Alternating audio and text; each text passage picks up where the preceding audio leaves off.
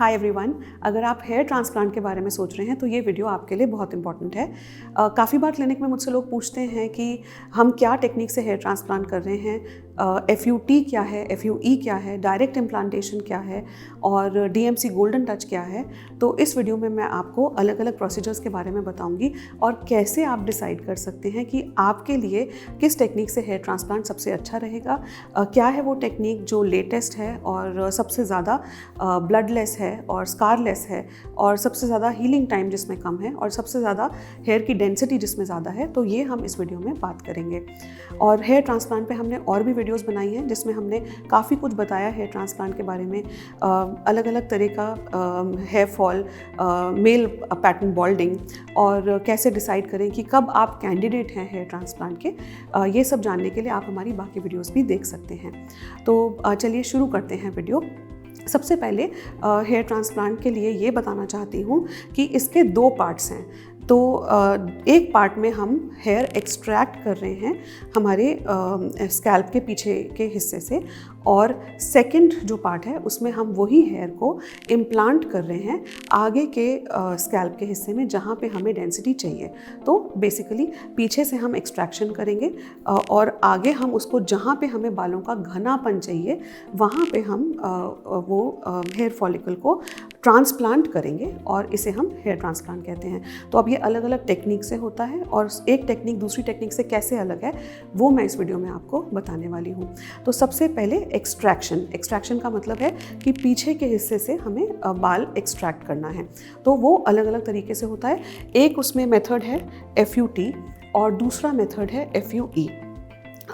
तो FUT technique ये है जिसमें हम पीछे के हिस्से से एक स्किन की स्ट्रिप लेते हैं और उस स्ट्रिप से हम बाल एक्सट्रैक्ट करते हैं और जहाँ से हम स्ट्रिप लेते हैं वहाँ पे हम सूचर कर देते हैं और जो हमने स्ट्रिप ली है उससे हम बाल एक्सट्रैक्ट करते हैं और फिर आगे ट्रांसप्लांट करते हैं। ये है FUT मेथड। और FUE मेथड ये है जिसमें हम कोई स्किन की स्ट्रिप नहीं लेते, कोई सूचर नहीं करते, डायरेक्टली हम हेयर फॉलिकल को पीछे से एक्सट्रैक्ट करते हैं और आगे ट्रांसप्लांट करते हैं। तो जब हम एक एक बाल को अलग अलग से एक्सट्रैक्ट कर रहे हैं और आगे ट्रांसप्लांट कर रहे हैं, that is called FUE method. ठीक है। तो अब FUT और FUE में FUE रिलेटिवली कम स्कारिंग है, कम ब्लीडिंग है, कम इन्वेजिव है, कम डाउन टाइम है और इसलिए FUE मेथड तो और थोड़ा रिलेटिवली न्यूअर मेथड है। तो FUE एक अच्छा तरीका हो सकता है एक्सट्रैक्शन का। लेकिन अब यहाँ पे काफ़ी बार लोग पूछते हैं कि आप FUT करेंगे या FUE करेंगे या डायरेक्ट इम्प्लांटेशन करेंगे। जब ये लोग पूछते हैं क्लिनिक में तो यहाँ मैं बताना चाहती हूँ कि देखिए FUT और FUE है एक्सट्रैक्शन का मेथड और इम्प्लांटेशन जो है वो डायरेक्ट इम्प्लांटेशन, नीडल से इम्प्लांटेशन, ये है इम्प्लांटेशन का मेथड। तो आप इन दोनों चीज़ों को कंपेयर नहीं कर सकते।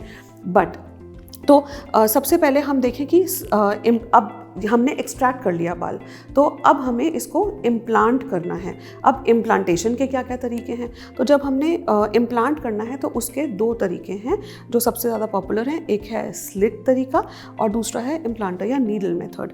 तो जो स्लिट मेथड है उसमें हम बाल को आगे ट्रांसप्लांट कैसे कर रहे हैं, हम आगे स्लिट्स बना रहे हैं और उन स्लिट्स में हम हेयर फॉलिकल को ट्रांसप्लांट कर रहे हैं, वो है स्लिट मेथड। और जब हम इम्प्लांटर या नीडल मेथड कर रहे हैं तो उसमें हम एक नीडल या इम्प्लांटर को यूज़ कर रहे हैं और उससे हम इम्प्लांट कर रहे हैं बालों को आगे।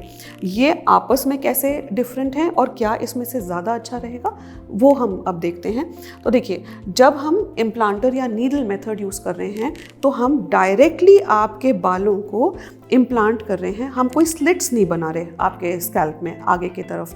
तो जब हम डायरेक्टली इम्प्लांट कर रहे हैं तो उससे क्या हो रहा है, उससे ये हो रहा है कि हम ज़्यादा अच्छा इंटेंस प्लांटिंग कर पाएंगे, क्योंकि जब हम स्लिट बना रहे हैं तो हम ज़्यादा बड़े एरिया को स्लिट बना रहे हैं एक हेयर फॉलिकल को उसमें इम्प्लांट करने के लिए। और जब हम डायरेक्टली सिर्फ एक इम्प्लांटर यूज़ करके या नीडल यूज़ करके उसे इम्प्लांट कर रहे हैं तो हम सिर्फ उतने एरिया को ही टारगेट कर रहे हैं। दिस इज़ मोर टारगेटेड और क्योंकि ये ज़्यादा टारगेटेड है स्लिट के मुकाबले तो इसमें ज़्यादा इंटेंस इम्प्लांटेशन हो सकती है और हमें लंबे स्लिट्स बनाने की ज़रूरत नहीं है, और हमें ज़्यादा तो स्लिट में हमें थोड़ा दूर दूर प्लेस करना होगा ग्राफ्ट को, और इस वजह से जो इम्प्लांटेशन मेथड है विद नीडल और इम्प्लांटर वो ज़्यादा इंटेंस इम्प्लांटेशन होगी, तो डेफिनेटली रिजल्ट ज़्यादा अच्छे लगेंगे, ज़्यादा घनी ग्रोथ नज़र आएगी।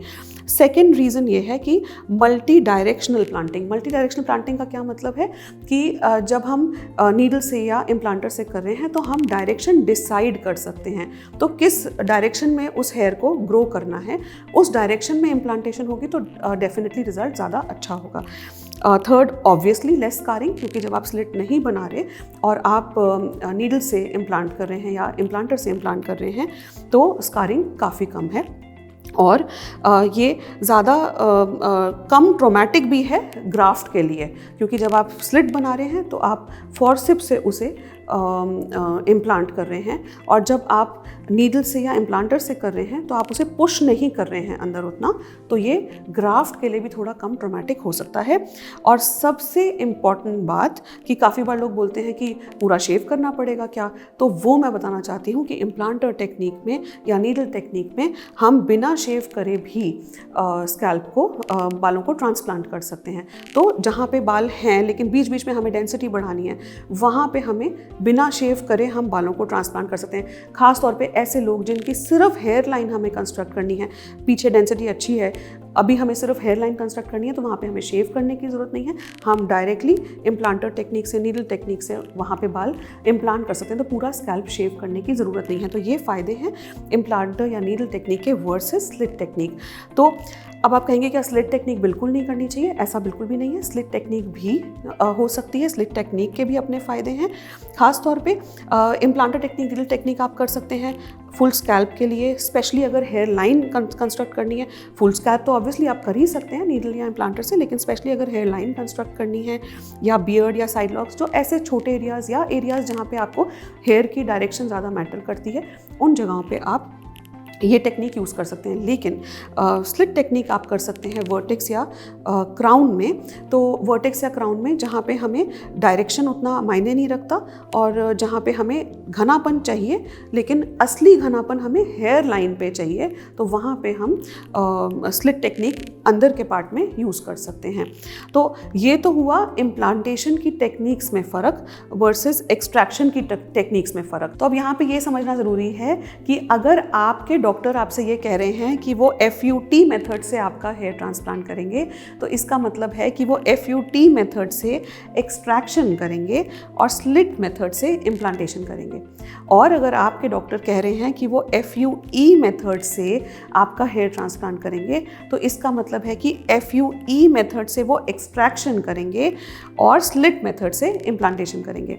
और DMC गोल्डन टच क्या है वो मैं अब आपको बताती हूँ। DMC गोल्डन टच है FUE मेथड से एक्सट्रैक्शन और नीडल या इम्प्लांटर टेक्निक से इम्प्लांटेशन, ये है DMC गोल्डन टच। और जैसे कि आपने देखा ये लेटेस्ट टेक्निक है, ब्लडलेस स्कारलेस टेक्निक है, मिनिमल डाउन टाइम है और सबसे ज़्यादा अच्छी इसमें आपको डेंसिटी मिलेगी।